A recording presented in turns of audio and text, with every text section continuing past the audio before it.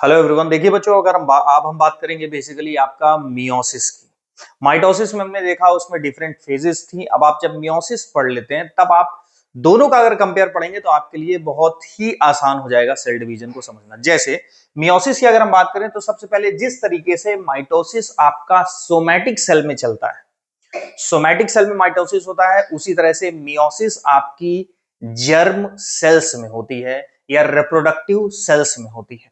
तो बेसिकली एक तो ये बात हुई मियोसिस हो कहां रहा है। अब मियोसिस में देखिए ये जो पहली सेल दिखा रखी है इसमें ये आपका बेसिकली सेंट्रोसोम है जो कि आपकी टुवर्ड्स द वन एंड है, और ये आपका न्यूक्लियर मेम्ब्रेन है, इसके अंदर न्यूक्लियोलस भी है, राइट। अभी यहाँ पे जो है जो क्रोमोसोम है वो बड़ा ही थ्रेड लाइक फॉर्म में है, ये आपकी डिप्लॉयड सेल है, फर्स्ट सेल आपकी डिप्लॉयड। इसके बाद आपका ये मियोसिस का पूरा प्रोसेस है। मियोसिस के प्रोसेस में अगर आप देख पा रहे हो तो सबसे पहले प्रोफेज, मियोसिस दो स्टेप में होती है, meiosis one and meiosis second. Meiosis one का जो स्टेप है that is prophase one, metaphase, anaphase one, telophase one.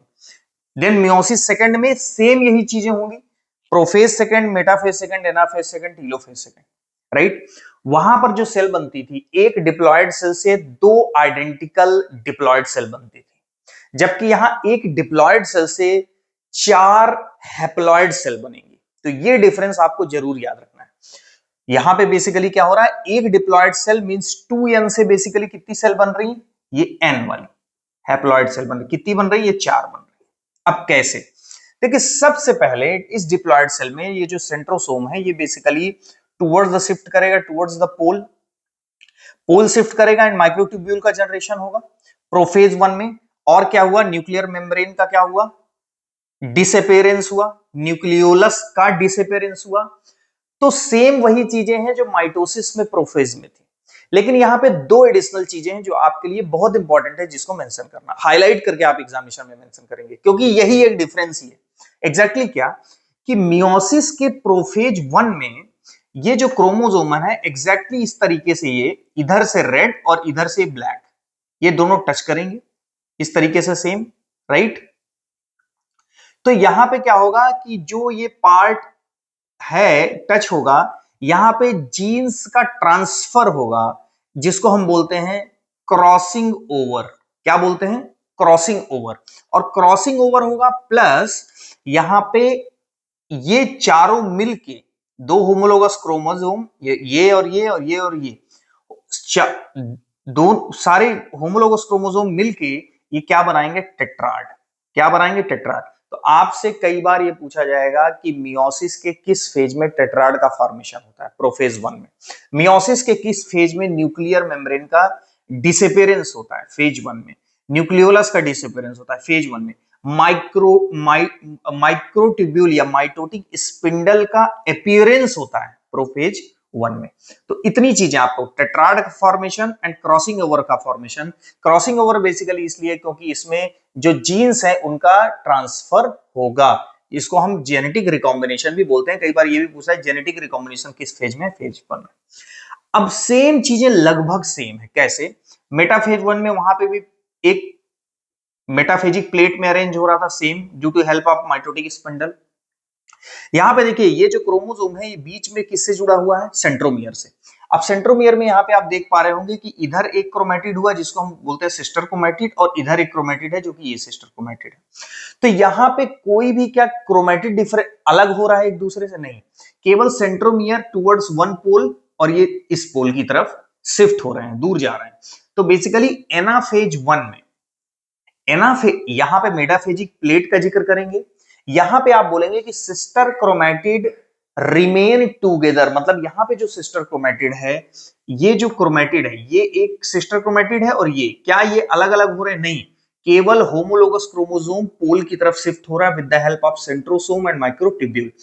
तो यहां पे सिस्टर क्रोमेटिड रिमेन टूगेदर, ये बहुत ही ज्यादा इंपॉर्टेंट पॉइंट है, इसीलिए मैं इसको हाईलाइट कर रहा हूं।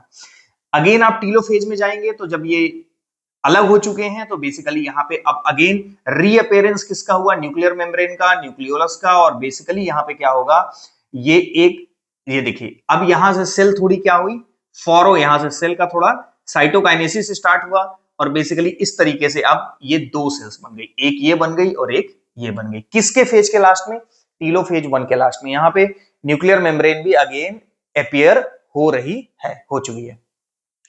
तो अभी आपने देखा क्या यहाँ पे सिस्टर क्रोमेटिड अलग हुई है मियोसिस 1 के रिजल्ट में? नहीं, सिस्टर क्रोमेटिड अलग नहीं हुई।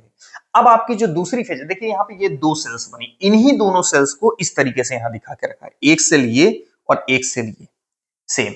ये सेल हो गई आपकी ये वाली और ये सेल हो गई आपकी ये वाली, राइट। अब क्या होने वाला है, देखिए ये आ गई प्रोफेज सेकंड। प्रोफेज सेकंड में आपका बेसिकली अगेन प्रोफेज सेकंड पूरा का पूरा, चाहे आप प्रोफेज सेकंड पढ़ लो या माइटोसिस पढ़ लो, सारा कुछ सेम है। अब यहां पे होगा क्या, देखिए ये आपके बेसिकली क्रोमोसोम है, सेंट्रोमियर है। अब ये प्रोफेज सेकंड के बाद बेसिकली क्या हुआ है, मेटाफेज सेकंड में सारा ये डिसअपीयरेंस हो गया न्यूक्लियर मेम्ब्रेन का। अगेन माइक्रोट्यूब्यूल इसको हुक करेंगे। अब यहां पे देखिए इस सेंट्रोमियर से ये सिस्टर क्रोमेटिड अलग होगा और ये सिस्टर क्रोमेटिड अलग होगा। तो ये देखिए ये तो सेम चीज है, ये दोनों एक साथ पैरेलल चल रही हैं, दो सेल बनी है, जो इधर होगा वही इधर होगा। तो हम एक एक का पढ़ते रहेंगे। तो यहां पे अब क्या हुआ, बेसिकली ये पहले मेटाफेजिक प्लेट का फॉर्मेशन हुआ, एक प्लेट में आए सेम। अब सिस्टर क्रोमेटिड यहां पे क्या हो गया, अलग हो गया। तो सिस्टर क्रोमेटिड सेपरेट हो गए, जबकि यहां पे सिस्टर क्रोमेटिड रिमेन टुगेदर थे, ये अलग हो गए। अब जैसे ही ये दूर हुए, अगेन न्यूक्लियर मेम्ब्रेन का रीअपेयरेंस हुआ और ये सेल अलग हो गए। तो अब ये सेल अलग हो गई तो कितनी सेल बनी, 1 2 1 2। ये सेल अलग हुई तो कितनी बनी, 1 2 1 2 1 2 3 4। और सब में कितना नंबर ऑफ क्रोमोसोम है, n नंबर ऑफ क्रोमोसोम। तो ये बेसिकली क्या हुआ, हैप्लॉयड सेल्स हुई। तो मियोसिस सेकंड की जो मियोसिस की जो मुख्य बातें हैं वो ये है कि meiosis first, meiosis second. Meiosis first में सेम माइटोसिस की तरह हो रहा है, लेकिन दो चीजें यहां पे आपको पढ़नी है। एक तो टेट्राड क्रॉसिंग ओवर का कॉन्सेप्ट है, राइट। दूसरा सब कुछ सेम है। तीसरा जो मियोसिस सेकंड का पूरा पार्ट है वो एज लाइक माइटोसिस है। और लास्ट में यहां पे क्या बन रहा है आपका, हैप्लॉयड सेल। और ये चीजें कहां हो रही हैं, जर्म सेल में। तो आप इस तरीके से अगर पढ़ते हैं तो आई होप कि आप एक अंडरस्टैंडिंग बना पाएंगे। Thank you very much.